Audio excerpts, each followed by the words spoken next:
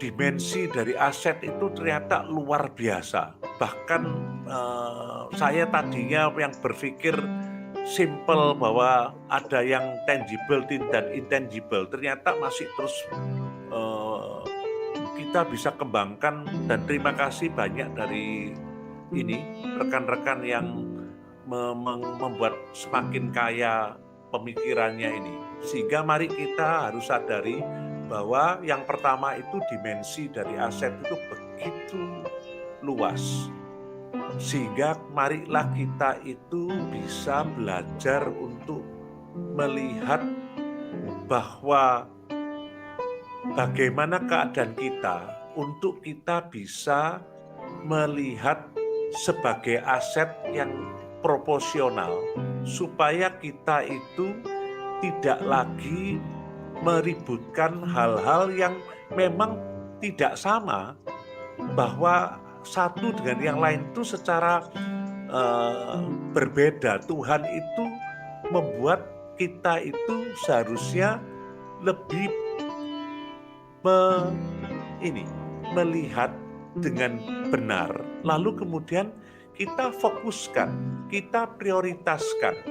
Jadi yang kedua itu, yang pertama kalau kita bisa melihat dengan benar bahwa dimensi begitu macam-macam, lalu kita bisa tahu di mana kita dan mana yang sesuai dengan kita, lalu kita fokuskan, kita prioritaskan, supaya sepanjang waktu yang diberikan kepada kita dalam hidup ini, kita bisa melakukannya dengan benar.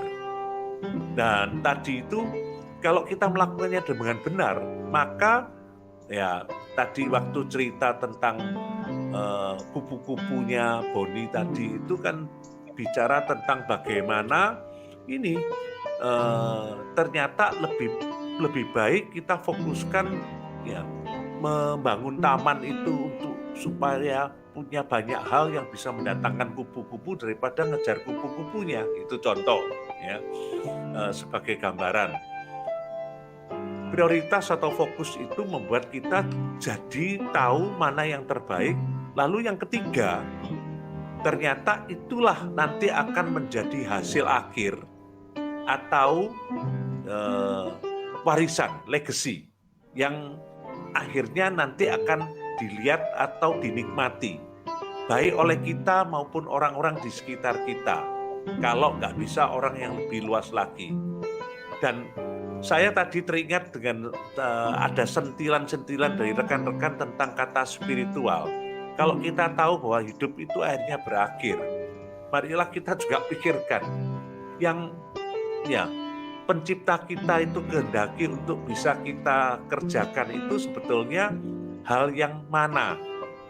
Apakah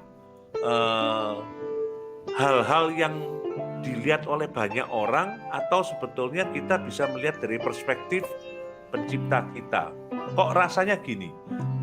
Ya ini kalau kita bicara tentang Tuhan ya, Tuhan rasanya nggak akan tanya berapa jumlah materi yang kita kumpulkan atau kita nikmati, tapi kira-kira apa yang kita kerjakan itu berdampak baik dan seterusnya.